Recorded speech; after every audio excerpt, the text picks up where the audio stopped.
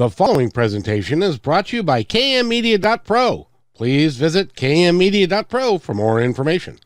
Now stay right where you are as we present. Welcome to Positive Talk Radio, evolving ideas, one conversation at a time. Great guests, dynamic stories and interviews, plus new thoughts on a wide range of topics and concepts. I hope that you'll hang with me, Kevin McDonald, my friends, and of course, you. As together we work to understand why we are all here and what we can do to make our world a better place for all of us. To be happy, be kind, and live in peace together. Yep, that's Positive Talk Radio.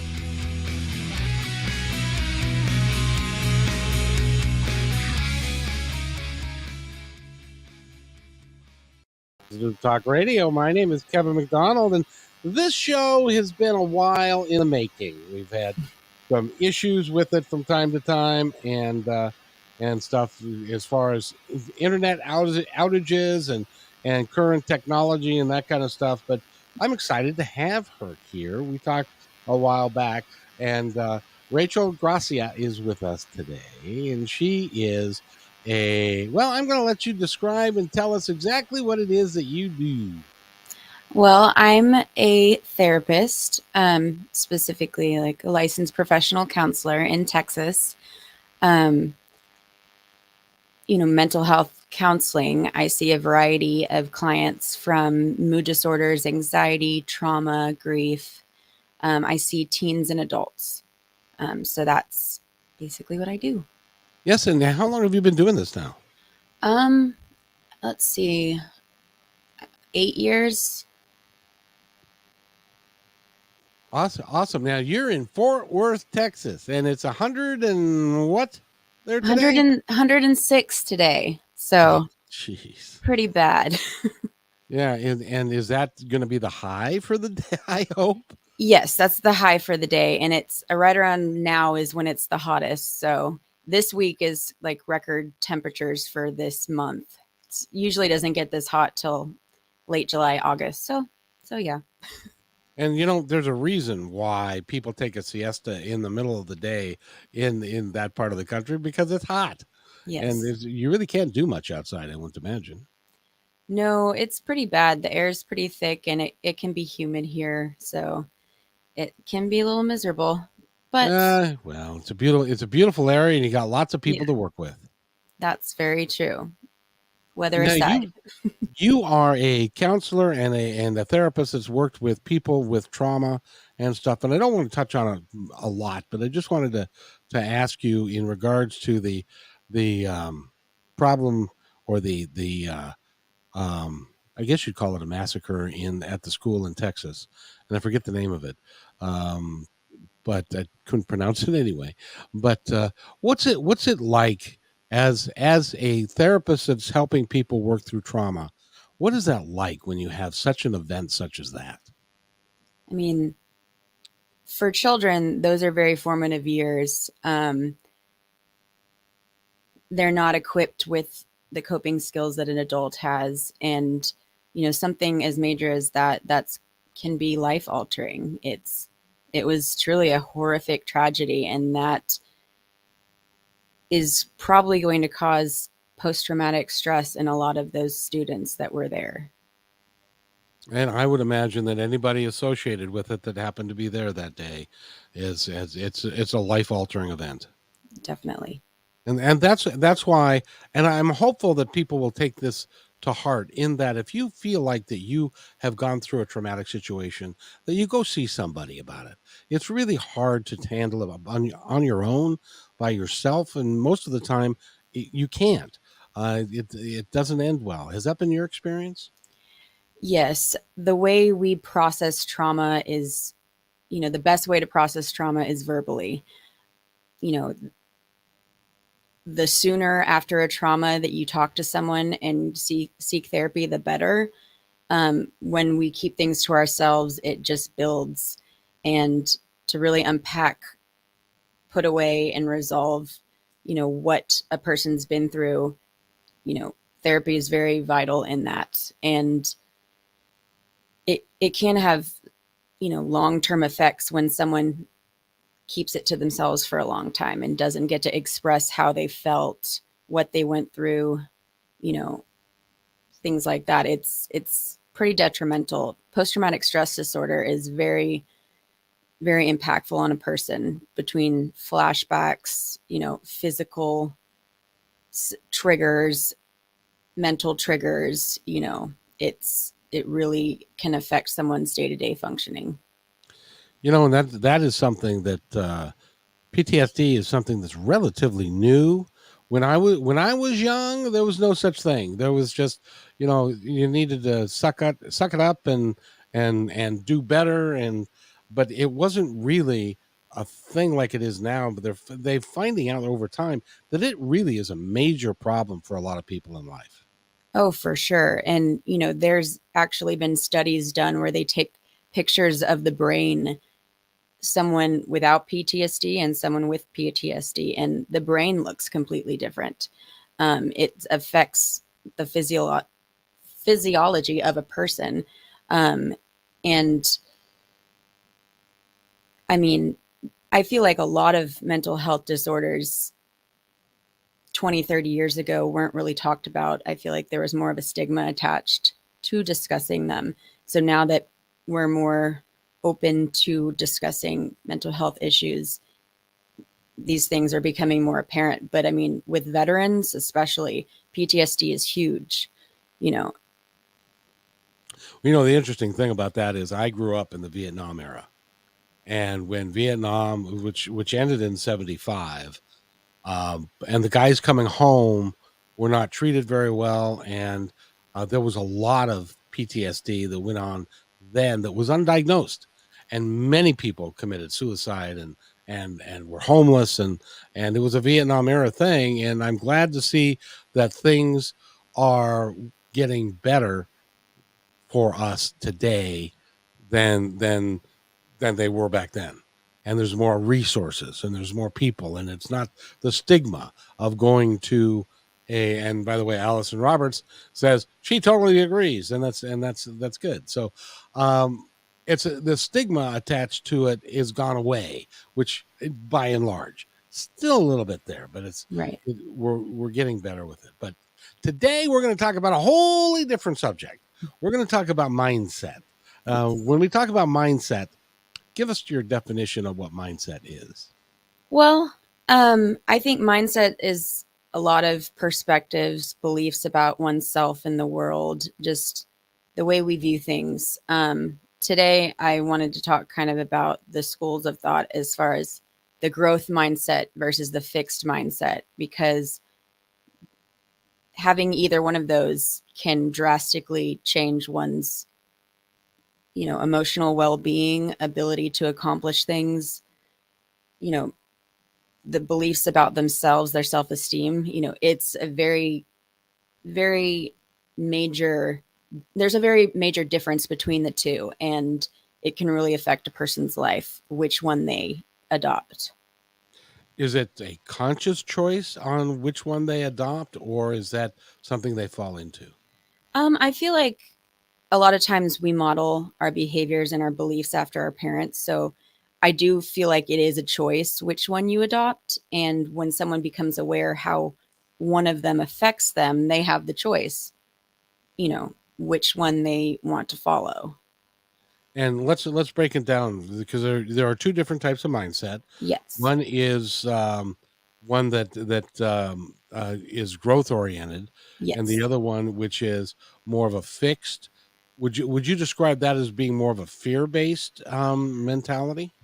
Fixed is, it's kind of thinking that character, intelligence, creative ability are like static givens, which can't really change in any meaningful way at any point. It's, achievement is due to one's skill, not due to effort. It's kind of given that I'm this smart, I have these skills, I have this personality, and it's never going to change. That's kind of the fixed mindset. And that causes a person to constantly try to prove that their, intelligence, things like that, and avoid failure at all costs, because failure defines them. So in their mind, being a failure is trying something and having it not succeed. Correct. Whereas the mindset of the growth mindset is failure is just a stepping stone to your next success. Would that be Exactly. right? Yes. Oh, Yes. so I would choose as a person, I would choose to have a growth mindset because it seems like a hell of a lot more fun to me. Oh, definitely. Definitely. I think it just, I imagine that it would feel like you have more control over your destiny, your life, if your effort and motivation and drive and how hard you work determines your success rather than your given amount of skills and intelligence. I was reading or listening to somebody who was doing a TED talk, and I forget her name, but she was talking about the fact that we have overvalued the IQ tests Hmm. and undervalued the ability to work hard and to stay focused. Was she on the right track with that?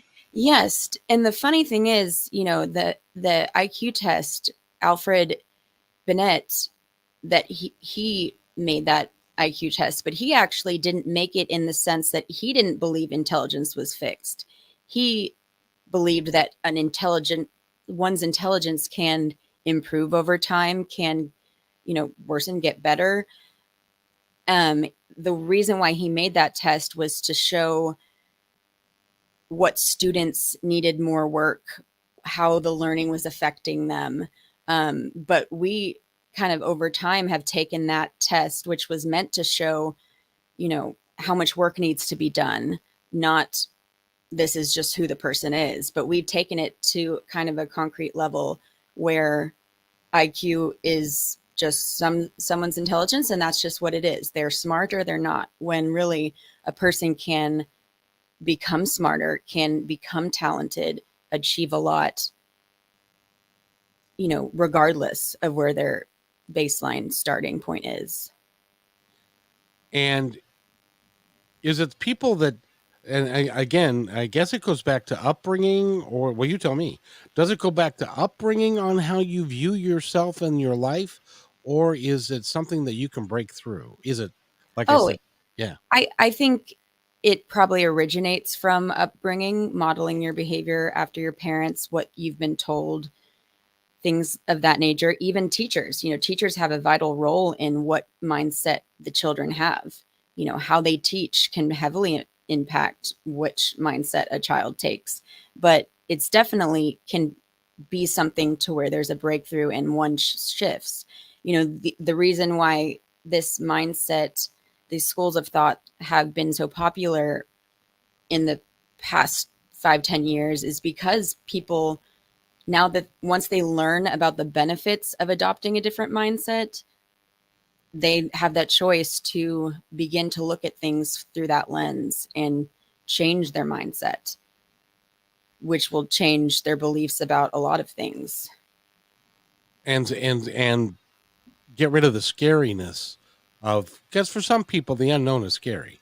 The known is, regardless of what the known is. Mhm. If the known is I am poor, or I have a bad job, or I can't get, or I have lack, something like that. Sometimes people, what I think, sometimes people enjoy, they don't enjoy it, but they settle for it because it's easier. Would that be Yeah. true? Yeah. I mean, the growth mindset takes a lot of effort, and it's a lot of within our control. We can change it. Whereas if we look at things as this is just how it is, we don't have to work to make it different because we believe and we choose to believe that it just cannot be different. Now, where does passion fall into this area about mindset? Because I would think that if you're really passionate about something, you're willing to take chances and to go out there on a limb. But if you're, does that mean that people that have a set mindset are not passionate about things, or do they just not work at it? I think what they're passionate about is different. Ah, They're passionate about something that they're inherently good at. That's one thing, as opposed to passionate about becoming great at something or the possibility that they can achieve something, not something that they already have the natural ability and talent for. and the difference there is, and I experienced this in my youth. I was a pretty good baseball player. I made the all-star teams, and I was a catcher, and I had a good arm and all that kind of stuff. And but I never got passionate about it enough to say I'm going to become the absolute best person at this that I can. And so I rested on my natural ability. And your natural ability can only take you so far, is what I learned. Right. And because those with a fixed mindset, you know, see failure as definitive of their innate ability and who they are, they avoid failure, which means they avoid trying new avenues, taking risks, things like that, because they're constantly trying to prove their identity, their skill set. Whereas, like we talked about before, someone with a growth mindset sees failure as just part of the road to what they want to achieve, and they see it as an opportunity for growth. They don't define themselves on it because where they begin is not where they think they're going to end up. Absolutely. So, by the way, we're talking with Rachel Gracia and Gracia, right? Yeah. Gracia. Gracia. Of course, I had a 50% chance of getting it right. And if you go to RachelGraciaCounseling.com, you can find out all about her and everything that she's doing. Yeah, and you can contact her, and and there's also a resource page where you can get lots of resources on different things. So I encourage you to go to Rachel Gracia, and that's gracia.com and or counseling.com, and she can help you out right there, and which would be really sorry about that. I did the southern accent and I'm not supposed to, but I talked to somebody from Texas, because you guys do them. How long have you been in Texas? My whole life. So why don't you have that Texas drawl? I guess because I'm a city girl within Texas. I see. So you're around the folks that are not necessarily indigenous to the area. They've come from other places and stuff like that. Yeah, I I would agree, but I do ride horses, which is very Texas like, but Yes. still do not have an accent. When you ride your horses, do you run across rattlesnakes and stuff? Not I haven't yet. No. Oh, good, good. I apparently I need to come see you. I have a snake phobia. Oh gosh. I don't like snakes, so that's why I live in Seattle. We don't got any of them. But I know I wanted to ask you, okay, so you've got a fixed mindset and you recognize that you have a fixed mindset and you're not achieving everything that you would like to achieve. And they come to you and say, Rachel, I just feel stuck.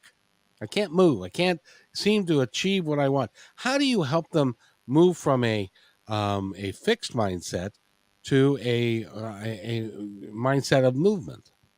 Well, the first thing is just establishing what a fixed mindset is, and allowing them to reflect on how they view things, because they may not even be aware of exactly the way they view things, the mindset they have, and why it's not helping them or serving them in any way. So I think really looking at that originally is very important. Them being aware of how their beliefs are affecting their behaviors. So they can actually be unaware of what's holding them back. And Oh, yes. probably most people are that way now that I think about it. Right. Which is why they keep that mindset despite it not helping them progress. And so when you talk to them and you and and they buy into it, how do you get them to change from that to a different mindset? Well, I think there are certain actions that one can take, specifically starting to take those risks, starting to try to grow, to learn lessons, to learn, to continually chase a goal, to set goals, that are higher than where they're at right now. Put their sights on something greater, something more elevated, so that they can start to work towards, and what they want to achieve. And a lot of that is looking at what they want to achieve and what they thought they couldn't achieve before, and finding all the reasons why they can achieve that now. Do they also have a tendency to self sabotage themselves? Oh, for sure. I think when one's avoiding failure, you're going to sabotage yourself in a lot of ways. So it makes it really, really hard for somebody to negotiate that by themselves. They really need somebody to help them. Do you agree? Yes. I think they need someone to kind of reframe the way they've been looking at things, guide them to the other side of the spectrum. Changing one's thoughts, perspective, it's challenging. And a lot of times that's like with the cognitive behavioral therapy, which I do a lot of for anxiety and depression. You don't just change your mindset or just change your way of thinking overnight. It takes practice. It takes constantly challenging the old ways of thinking, and really practicing thinking a different way. And when we have thoughts that come into our mind that aren't helpful or are the old ways, fighting back, because we can't control our thoughts, but we can control our response to our thoughts. And that's what's key here. How do you? And this is something that happens a lot, at least in my world. How do you get somebody to change their story about who they are? I think that, our inner dialogue is very important. The things we tell ourselves about ourselves. And sometimes we have to just begin telling ourselves a different story. Um, Start living as if it is a different story. Start, whether that's having self mantras, whether that's, you know, taking our thoughts and challenging them in the moment. There is a way to shift and reframe the way we look at things. But like I said, it takes some practice and time, and it often is very helpful if you have someone in that process with you that can point out, the dysfunctional thinking or the old ways of thinking, and help you come up with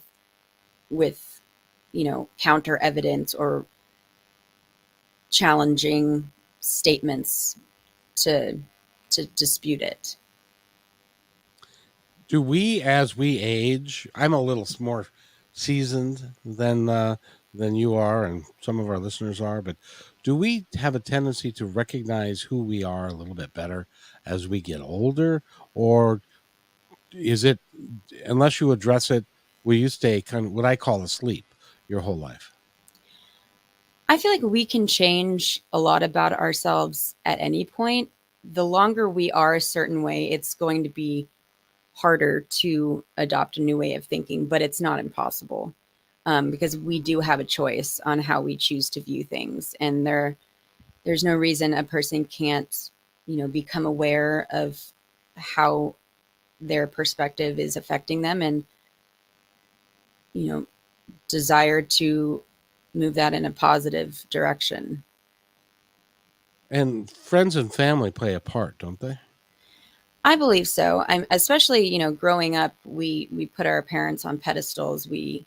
They're our authority figure. We learn how to live and how to interact with others based on what we see from them. So that, that does heavily impact us for many years. But when one becomes an adult, they start to gain that freedom and that reality check that, just because they're a parent doesn't mean that's the only way of being. So I think as you get further and further into becoming an adult and becoming your own person, it becomes a little easier to, perhaps divert away from beliefs and ways of being that you grew up with. No, I agree totally. And it's interesting that we view parents as being somebody who knows everything, but my mom and dad, my dad was 21, my mom was 19 when they got married. They knew nothing. They were just barely out of diapers themselves, and then they had a daughter right away, and then a son, and then me. And so by the time I came along, they were barely even 30, and they still didn't know all that much, but yet we put them on a pedestal because they knew everything. Right. um, that's kind of too bad, I think. It is, but it is nice that, once one becomes an adult, they have the opportunity to think for themselves and to figure out what they truly believe and who they want to be on their own. And yeah, but there again, a lot of people don't even realize that that is even an option. Oh, for sure. And some people, don't choose to go down that route as far as adopting their own beliefs and things like that, sometimes ever. But it is something that can be really a neat thing for someone to become their own person, but it can cause a lot of conflict in families. There's a big struggle when teens become adults because the parents are having to give them more freedom and having to let go, and which is against their instincts. So it's often, I have a lot of teens, and as they go to college, the parents, there's just this resistance between the teens wanting to be adults and the parents not knowing how to treat them like adults. It's interesting. We had um, a counselor on KKNW, and she got a call from this woman who said, "My son is 20. He's in college, just like you're talking about, and my significant other, um, they're not getting along, and I want to help them get along."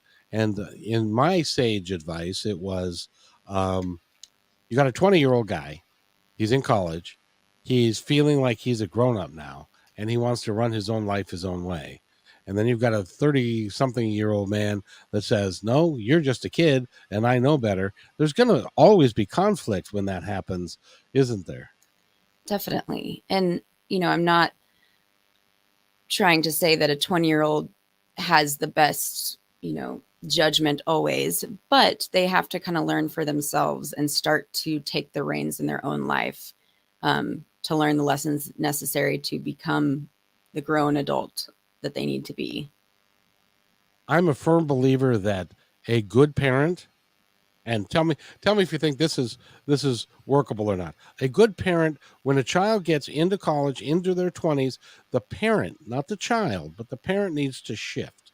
They need to shift there from "I'm your mom, I'm your dad, I know better, you're going to do what I say," to becoming hopefully more of a trusted advisor, Mhm. that you can then say, "Son, I recognize that you have the ability and the choice to do what you want. If you need any advice, if you want to learn how to run a checkbook, which they don't teach in school, which I just don't understand, if you want to learn how to do certain things, I'll be there for you. But I'm no longer your supervisor. I'm now your mentor." Is that a distinct difference? I think so. I think one has control over the other, and one is just kind of guiding the other. Which do you think is a better way? I do think that I believe too much control is not a great thing in that transition, from adolescence to teens to adults. I mean, mostly I don't agree with the control when someone becomes an adult. Yes, when, they're still under their house, they have their rules, they're young enough to where their judgment's not always superior. But I think when a child turns 18, goes away to college, the attempt to control will actually push them further away and, get in the way of their own development. I've seen that happen time and time amongst friends and family, time and time again, where rather than bringing two people together, it just drives people apart, and then that's when bad things can happen, I think. Right. So I would hate for that. So how do you counsel a parent to, while at the same time that they're pursuing their passion and that they're having a positive mindset, how do you counsel them to treat somebody of that age, that's 20 or so? I I know it think depends I upon the situation, but Yeah, right. But I do think that they have to reject their old ways of viewing the child, specifically like a child.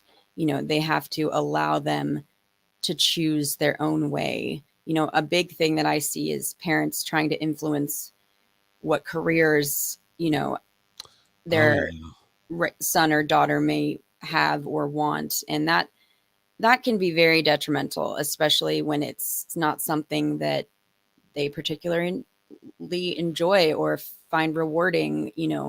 It's there's a lot of pressure, I feel like, from parents to point them in a way that maybe they always wanted to go in or they have in the past that they think is right for the kid.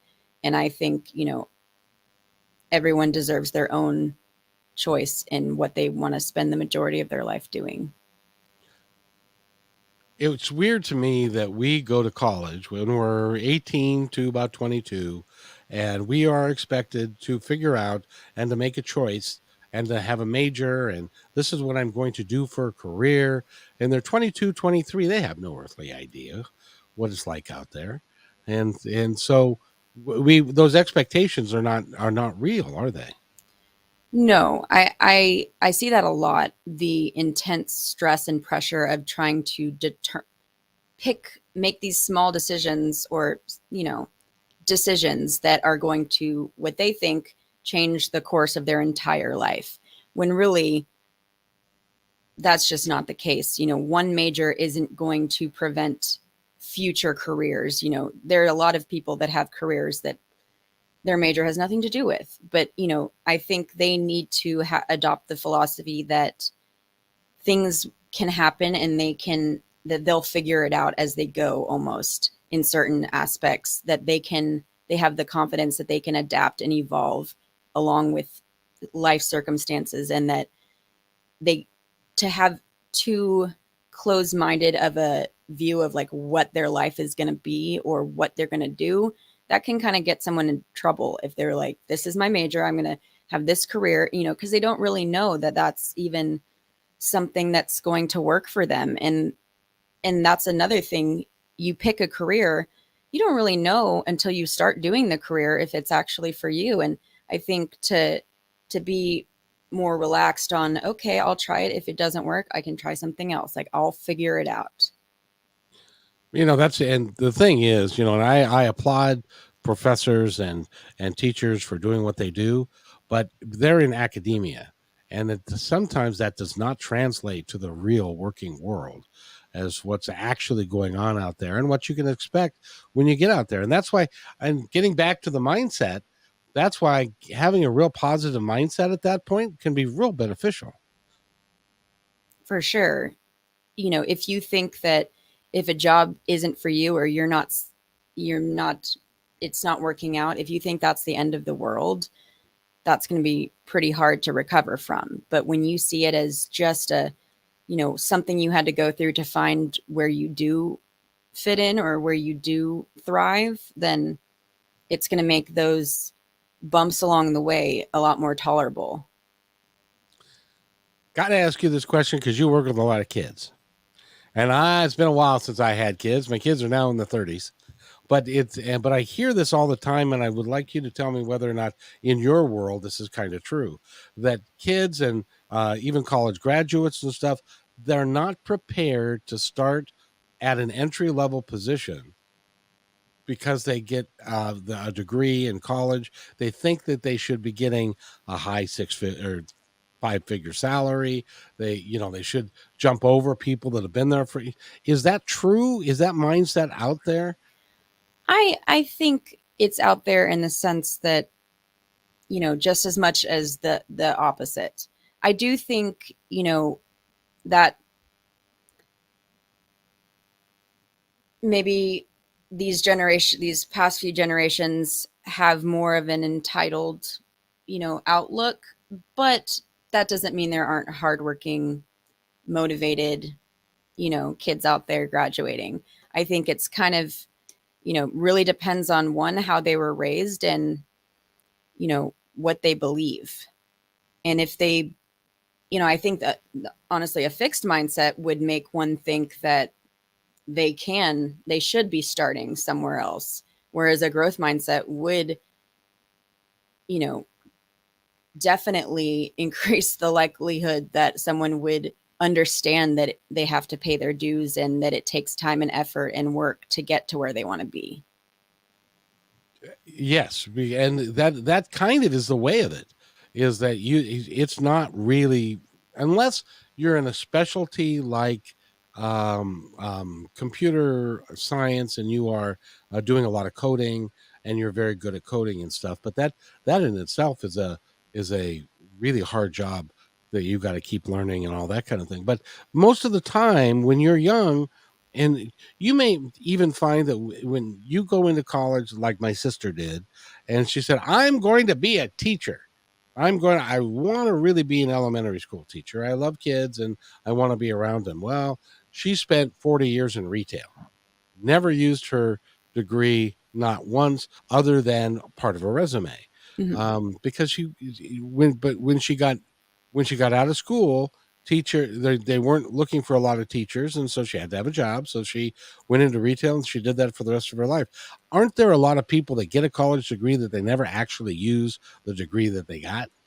Oh, for sure. I think, that's a one of the other reasons why a person shouldn't think that that decision on choosing their major is going to impact the rest of their life directly. I my mom was a biology major and she became a CPA and then a lawyer. She it just we can change our mind at any point and that's okay. I think that's another thing is if something doesn't work out, we can change our path. We can decide we don't want to be where we're at and we want to be somewhere else. We have to allow ourselves the room to evolve into who we become and not who we were or who we think we should be. Or who mom and dad are telling us that we should be? Right. And that can be be a devastating conversation to have, which is, Dad, I really don't like math, and so you want me to be an engineer? I really don't think that's a good fit for me. And Dad says, well, I was an engineer, and it was good enough for me. It's good enough for you. Go get your engineering degree. Right. And, while their parents prefer that individual, they have to spend the rest of their lives with that decision, living it day in and day out. And if it's not something that adds to their life in some way, they just don't enjoy it, that's going to severely impact their emotional health. I see that a lot. Job dissatisfaction plays a huge role in, you know, someone's mental health. And it can affect, because you spend so much time there, it can affect your marriage, your relationship with your kids, your relationship with other people, your addictions. It can have wide ranging effects, and it all starts because you don't like your job. Right. And I see that a lot. People come in with mood disorders or anxiety and all these things. And sometimes it comes down to the fact that they're miserable in their jobs and they spend the majority of their time there. And, they didn't realize that was kind of the catalyst for all these other things, is that they are unhappy or unfulfilled or overqualified, whatever it may be that's causing that dissatisfaction. I think that's a huge thing that can really change everything. I had a boyhood friend who, when we became adults, he would give me a call every now and again after he'd had too many rum and cokes, and he would say, then he would start complaining about his job. I don't like my job. I hate, I hate going to work and I hate doing what I'm doing. I said, why don't you change jobs? He said, well, I can't do that.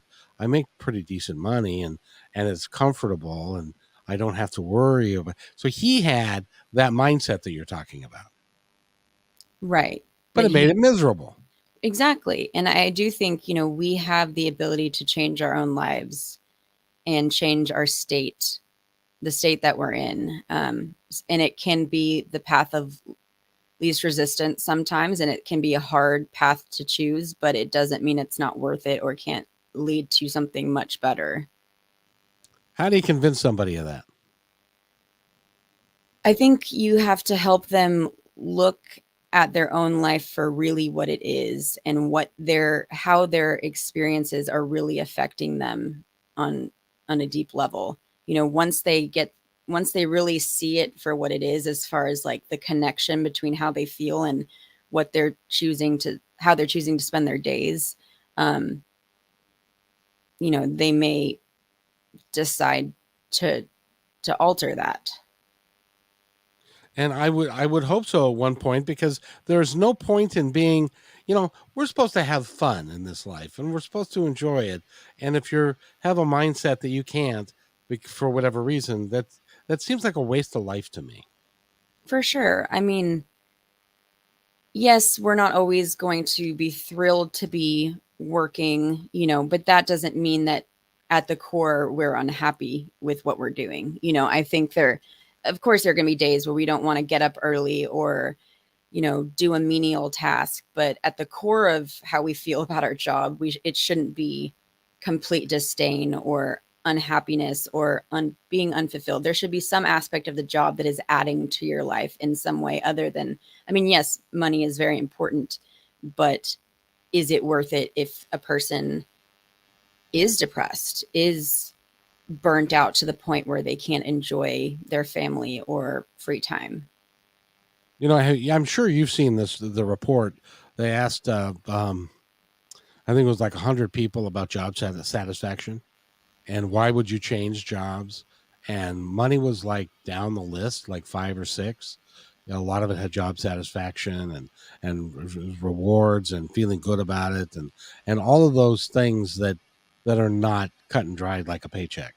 And so that's following your passion, isn't it? Is to have a positive mindset and follow your passion and see where that leads you. Definitely. I think,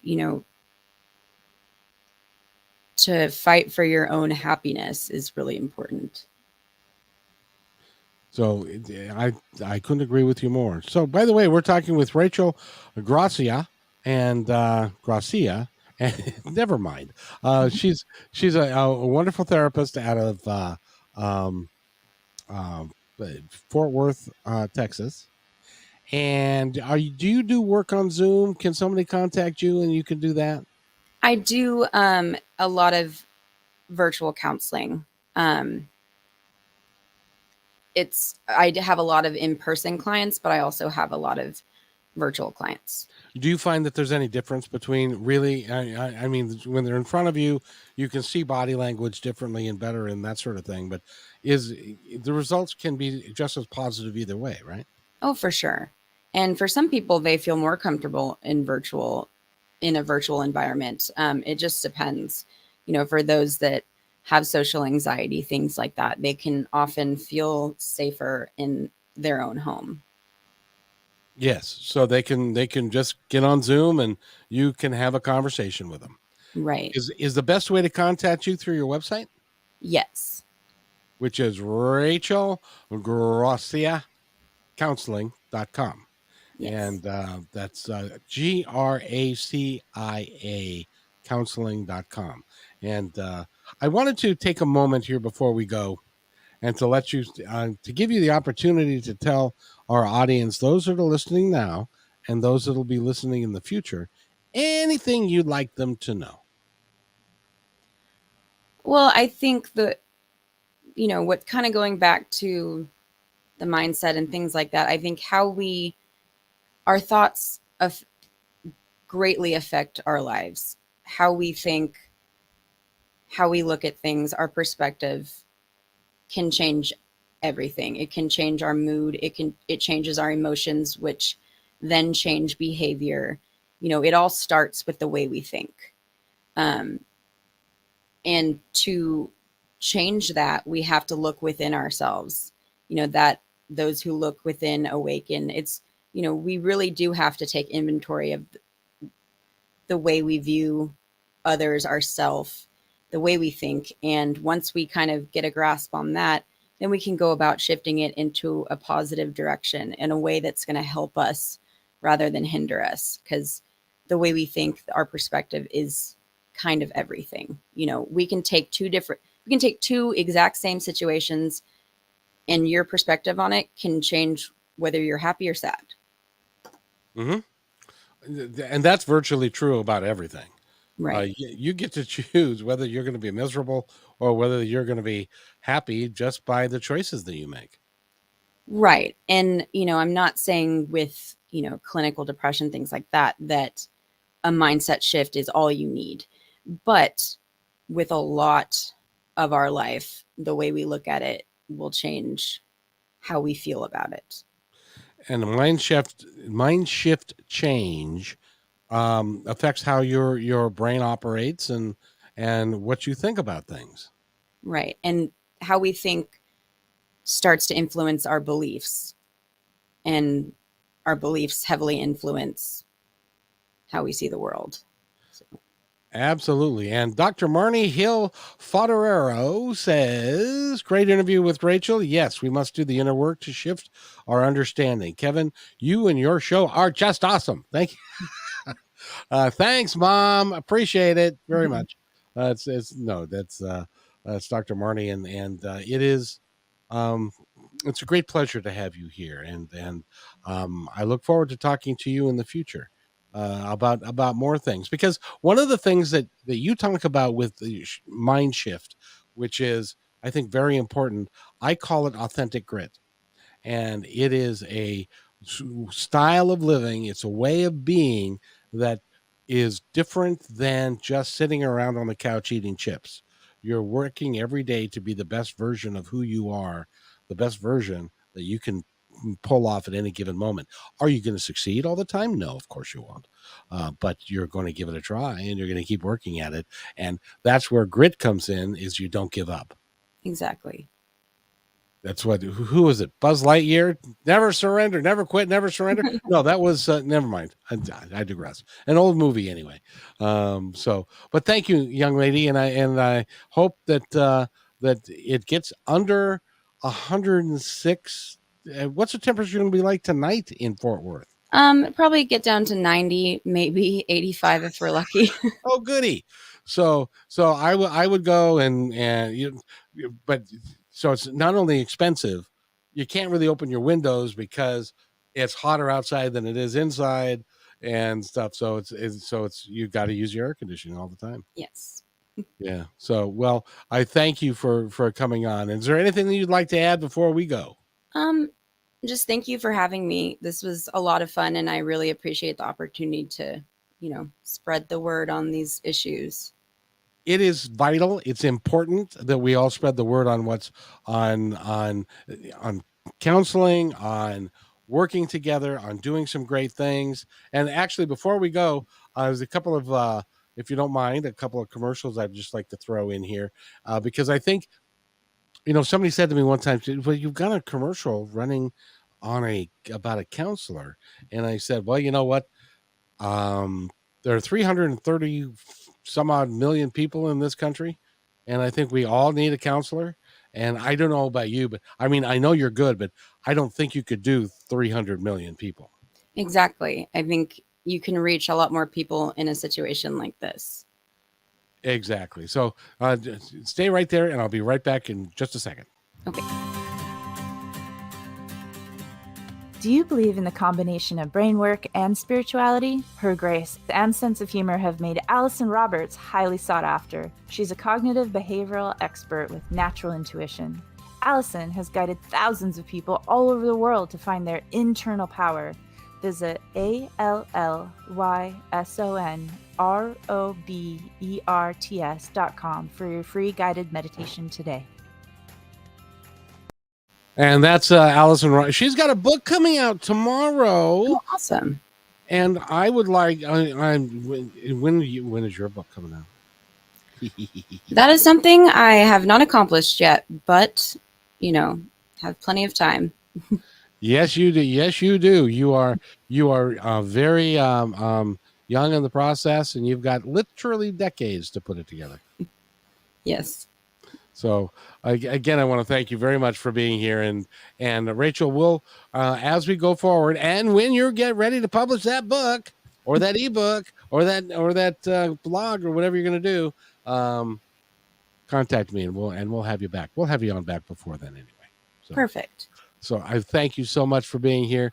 Stay right where you are, and I've got to do this, and I'll be right back. Hey, thanks for enjoying this episode all the way to the end. Please give us a like and subscribe to this channel. This has been a production of PositiveTalkRadio.net. Please visit our website, oddly named PositiveTalkRadio.net, for more details about us and our mission, which is to provide great positive programming designed to inspire us all. I'm Kevin McDonald, and I'm proud of these shows, and I truly hope that you'll like them and share them with friends and family. So on behalf of our entire team, remember, be kind to one another because each other's all we got.